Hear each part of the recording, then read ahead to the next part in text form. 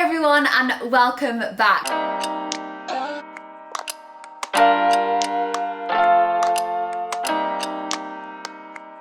So today we've got a sit down video and I'm actually going to be filming a video that was basically a really highly requested video, and I know loads of fitness people have done this video before, but I actually really enjoy watching them, so I do understand why it's been a highly requested one. I have just put off doing it for honestly ages because I feel like it's like opening up a can of worms, and not necessarily in a negative way. The title of the video basically, as you will have seen, is I'm going to be talking you through my fitness journey, so my whole journey with fitness, obviously. But basically, I just needed to spend some time recapping how I got into fitness, and hopefully this video is not going to be too all over the place. Also, I'm filming this video at night time, and there are two reasons why. First one is because the daylight hours in the UK at the moment are honestly almost non-existent. But the second one is, one of my New Year's resolutions is to stop making excuses, and YouTube is definitely one of those things I make excuses for. If I'm not, feeling on top form, I won't film a video. If it's not daylight and looks really pretty, I won't film a video, when in actual fact, it's the content that counts. So today we are going to be going through my fitness journey. I'm hopefully going to illustrate this with, illustrate? Is that how you say it? Kind of like put loads of pictures on the screen so you can kind of get a feel for what my life was like at that time. It was honestly really, really difficult when I was recapping to kind of figure out which bits I wanted to share and which bits I thought were like less relevant, because if I'm being honest, fitness has literally been a part of my life since I was like born. Both my mum and my dad's side of the family are both very, very sporty. I was literally playing sports like the minute I could walk, and fitness has just always been something that's been really relevant to me. So I didn't have one big moment, as you'll kind of realise throughout this video. Also, I've got this one really annoying bit of hair,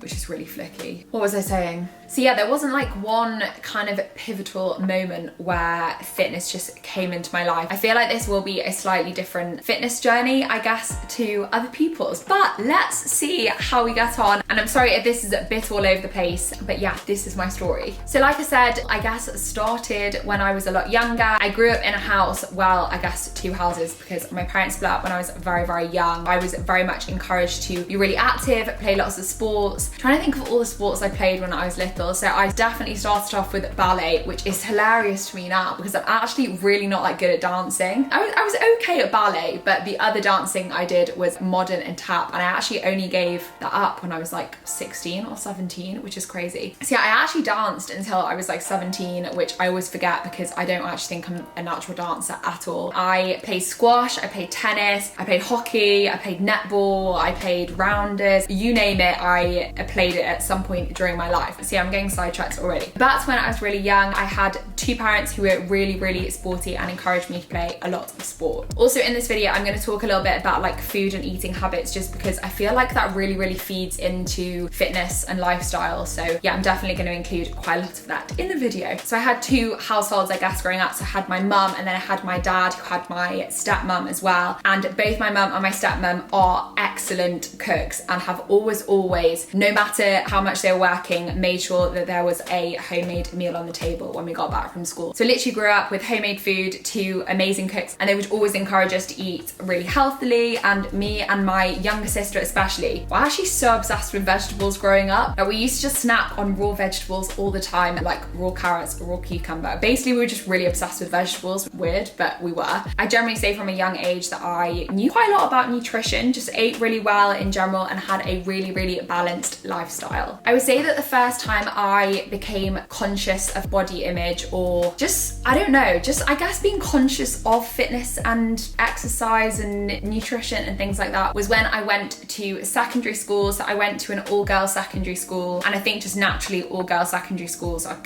they can be quite toxic, if I'm being really honest. There are a lot of girls around, you just compare yourself to them all the time, and it's very bitchy and everything like that. I wouldn't say that my friendship group was particularly like that, but I do remember starting school and feeling really underdeveloped in comparison to a lot of girls, which wasn't necessarily a bad thing, but I just remember feeling like quite little. I guess I was a little bit of a late bloomer, but when I hit like 15 or something like that, I started to become like really aware of my body and comparisons to other people. My friendship group from my school is full of quite a lot of really slim girls. And it's really strange. I wouldn't say that I ever had a really negative relationship with food at all, but I think I did start to have a bit of a negative relationship with my body when I was probably around 15. And I always felt a lot bigger than my friends, which is really, really strange, because if I look back on photos, I can't honestly say that I look really any different to my friends, but I definitely remember feeling like that. And I've always had a big insecurity about my legs and just generally my lower body. And I just remember always feeling like I had like really chunky legs and all my friends had really skinny legs. So yeah, I definitely remember that playing quite a big role in my life from like my late teens into sort of university kind of time. And I was certainly quite self-conscious. I've never been like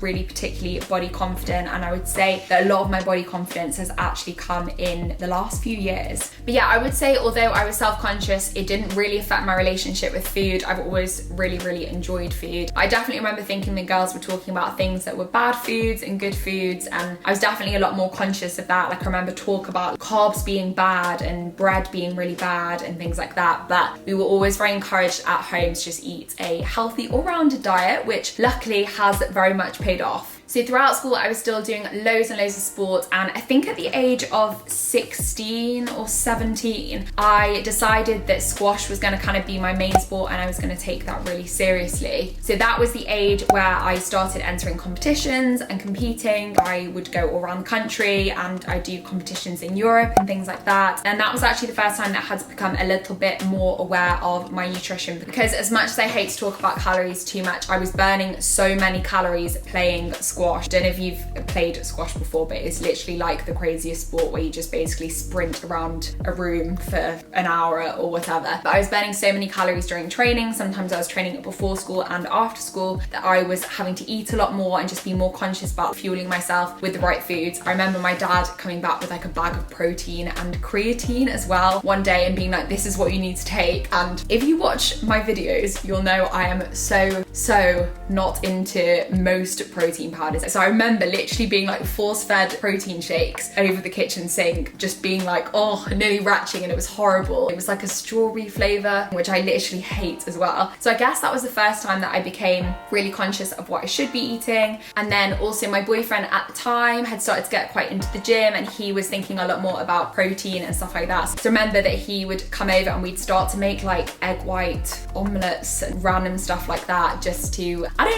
don't really know what our goal was with it. But yeah, it's really funny to look back on that time now. But yeah, that was probably the first time that I became a little bit conscious of nutrition. Then when I went to sit my A levels, so I was late 17, like nearly 18 at this point, I got really, really unwell. It's really strange. One day I woke up with a stomach ache and I was vomiting quite a lot, and I just generally felt really, really ill, and they never properly found out what had gone on. I ended up having like an endoscopy. I was off school for a long time. It was actually a really, really strange period in my life because it was like my last year at school. I think I must have had like a month or 2 months or something off school. But yeah, I was really unwell with my stomach. So off the back of that, I couldn't really figure out what it was, but it did go away eventually. I started having loads of tests to see what it was. I had loads of food intolerance tests, and it came back with all this stuff that I was intolerant to. So it was like wheat, milk, eggs, it was like tomatoes and carrots. There were loads and loads of things that they were saying that I should probably avoid eating. So I literally cut everything out of my diet. Now, I definitely think at the time that was the right thing to do. My stomach was not in a good way. It was really, really sensitive. And I think in hindsight, I probably now know what it was, but I was never tested for it. But that will come a little bit later on in the story. So yeah, long story short, I ended up being like gluten-free, dairy-free, free from, felt like pretty much anything that was processed, because everything had things in that would irritate my stomach, and I'd also just been told not to eat, so I was trying to avoid them. And that was when I started university. So I did try and carry that through, but by my third year I'd ended up being a little bit more relaxed with it, but we'll go into that next. So yeah, I started university and I joined the squash team straight away. Now, Nottingham University, which is where I went to university, shout out to anyone who goes or went to Nottingham, because I think it's literally the best university ever. I had so much fun there. But yeah, I joined the squash team straight away, and Nottingham University has one of the best, if not the best, squash like program, I guess, in the UK. It certainly did when I was there. We won Bucks, which is like just amazing. So yeah, I started off in Nottingham and they took it really, really seriously. And because it was such a well-performing performing sport at that university. We had so much funding, more funding than any other sport in the university, which is crazy, but it meant we had loads of coaches, we had loads and loads of training, we had like one-on-one strength and conditioning sessions. So I was doing a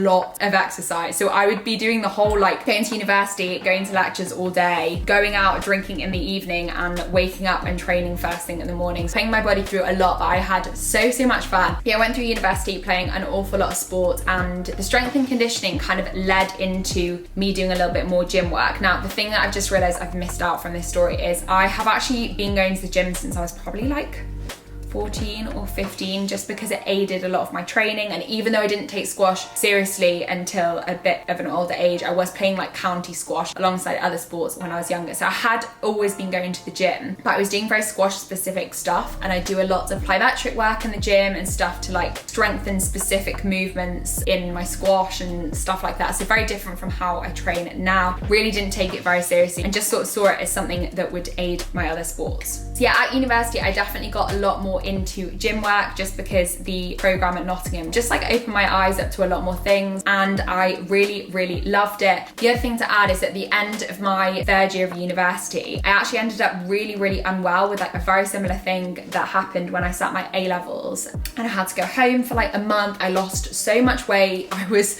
throwing up, keeled over with pain, and they did find out it was Helicobacter pylori. So I was really unwell with that in my final term of university. So it did ruin like a few weeks of it, but I did manage to get back and do the whole like fun drinking thing after, which probably wasn't best for my stomach, but it was still super fun.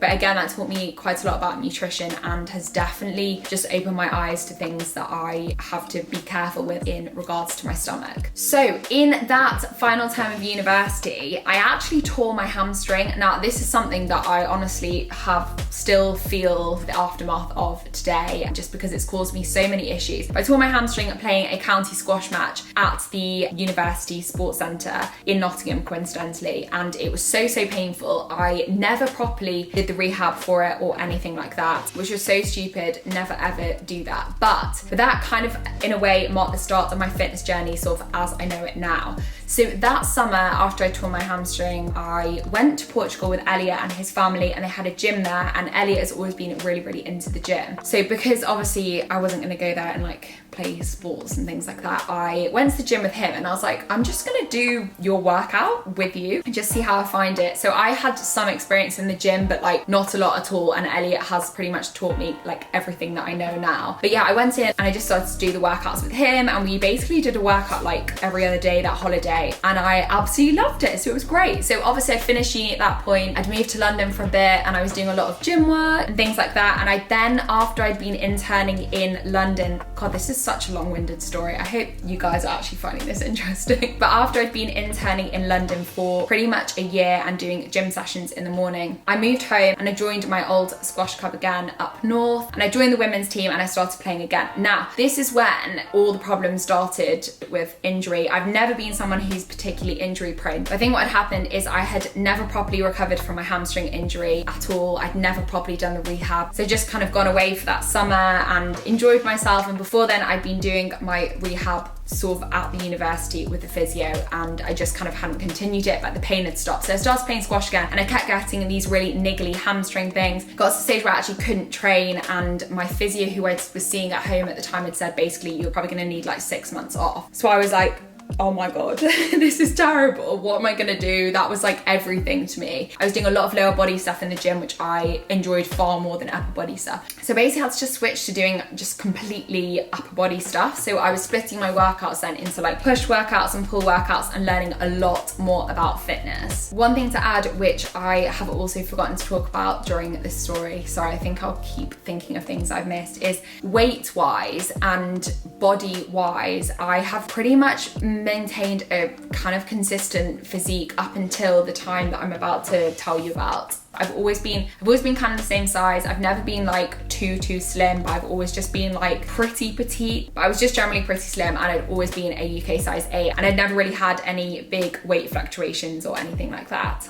So back to the story. So where were we at? Yeah, so I couldn't do lower body stuff in the gym at that time. I had then decided, because I was really into fitness, that I was gonna start doing a PT course. Now, I would say all of this kind of coincided with the start of my like restrictive fitness lifestyle kind of behavior. I honestly didn't really know it at the time. I basically just started this journey of feeling like I needed to be ticking all the boxes to be fitness. And this is also the time where I'd started posting a bit more fitness stuff on social media. And before that, I had just been posting like little foodie videos and like pictures of like breakfast and stuff like that. So yeah, this was a little bit of a weird time for me. So I'd signed up to do a PT course because I decided I just kind of wanted the qualification. I never set out to be a personal trainer, but I just thought that if I was going to be doing fitness stuff on Instagram, I definitely felt like I needed the qualification behind me to be giving out that kind of information. So this was also the start of the macro tracking phase, which I can say I will never properly go back to. So Ellie and I had both started tracking my macros. I was literally just making sure I had scanned absolutely everything into the app that I was using to track them. I was just on it with everything. But the problem was that anytime I missed a gym session, anytime a friend asked to go out for dinner, or I'd come down to London for the weekend because a lot of my friends had already moved down here, I'd get this like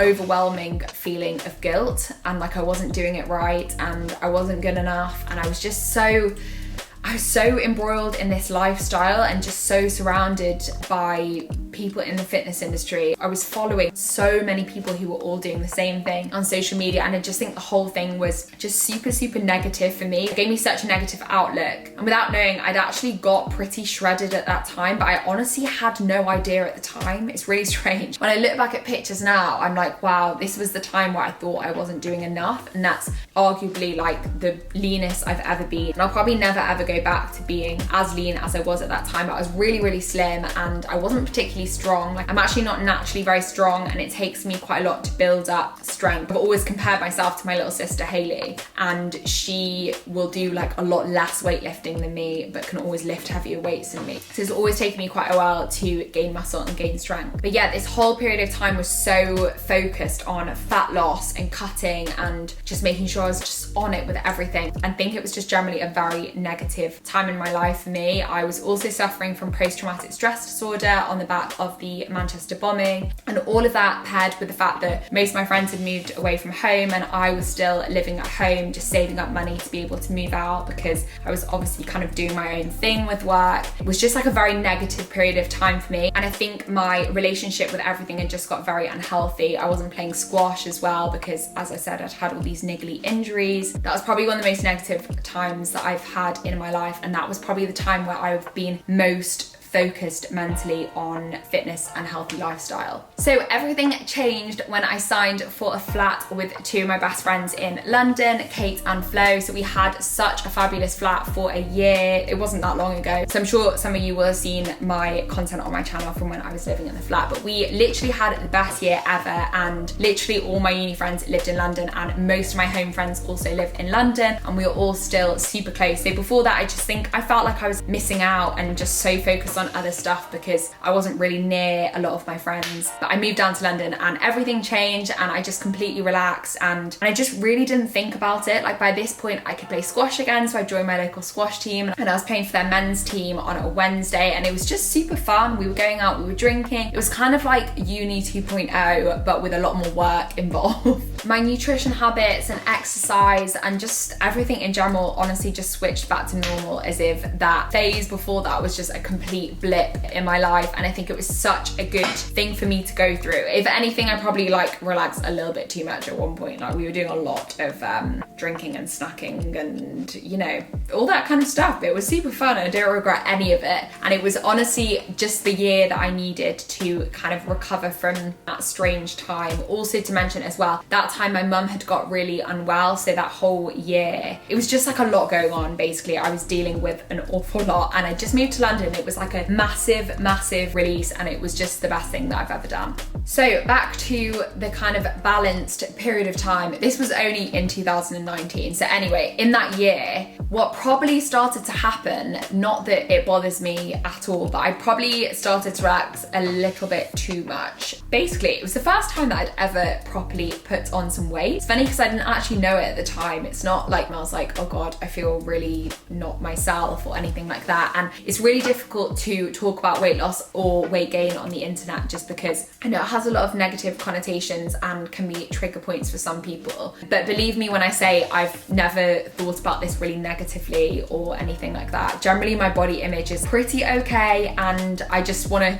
kind of tell you this story for like what it is, not to say that it is right or wrong to lose or gain weight. I just gradually started to notice that my clothes weren't fitting me that well, if I'm going to be really honest. I remember going on holiday and just thinking like, God, all my clothes are quite tight, but I didn't really, it sounds really strange, but I like never paired that with the thought that I might have gained weight. Honestly, just didn't really think about it that much, but I definitely had started to notice that I had probably put on a little bit of weight, which was completely fine. But before lockdown started, say like around March time, I had taken my first before pictures in the mirror and just thought to myself, do you know what, I'm gonna try and just get back to a body type that I feel a little bit more comfortable in. I was probably just carrying a little bit more weight than I was used to, so I was like, I'm just gonna get back on it with exercise because I wasn't exercising that much, just eating healthy and nutritious meals, being really balanced, not putting any restrictions into place, but just kind of getting back to where I'd been most of my life. So that is when lockdown started, and I actually contacted my friend Lucy Davis, who I've spoken about in previous videos. She's literally the nicest person ever, and I was like, I really could do with someone holding me accountable. So when I started this kind of mini fitness journey at the start of lockdown, I would check in with her every single Thursday, and she would just kind of keep me in check. So I would follow a nutrition plan for a bit, and she just helped me out with just generally staying on track, because I just never really had a goal and stuck to it before. So she was absolutely amazing. So as some of you will have seen if you've been following my journey sort of from March, April time this year, I made loads and loads of progress during lockdown. I'm not going to go into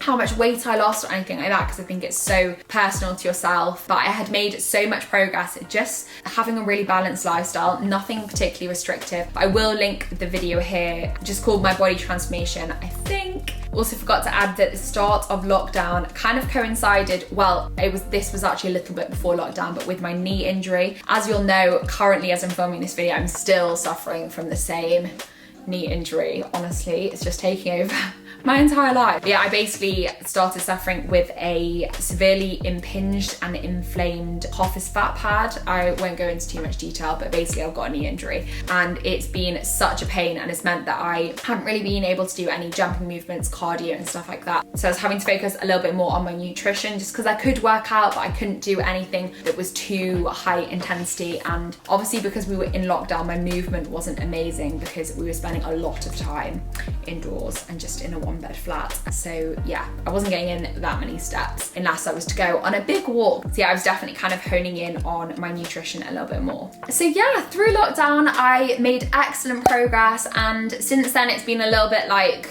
all over the shop just because obviously we've had Christmas and we had a bit of a fun period. It's because I was still living in a house with 4 of my best friends and we were just having a lot of fun, and I'm all about having fun and not focusing too much on fitness and things like that. So that almost brings us to where I am now. And then towards the end of lockdown, I started to create Accomplish, which I hope you guys know about already, but it is basically my fitness community. I've got so many plans for it for the future. So it will definitely be taking a few different paths in the future. But for now, I have 3 fitness guides. I have Accomplish Reboot, which has a home section and a gym section to it. So that's kind of like 2 different guides. And then Accomplish Cut, which is one I actually wrote during lockdown. And these are all my babies, and I just think they're the most fabulous thing ever. And I literally put my heart and soul into creating these guides for you guys. So yeah, that's kind of where it ends. Me building my community and just generally maintaining a really healthy lifestyle and being able to educate you guys on fitness and healthy lifestyle and everything that comes with it. That's, I guess, kind of the end of my fitness journey. I'm sorry there was no kind of dramatic, this happened and then I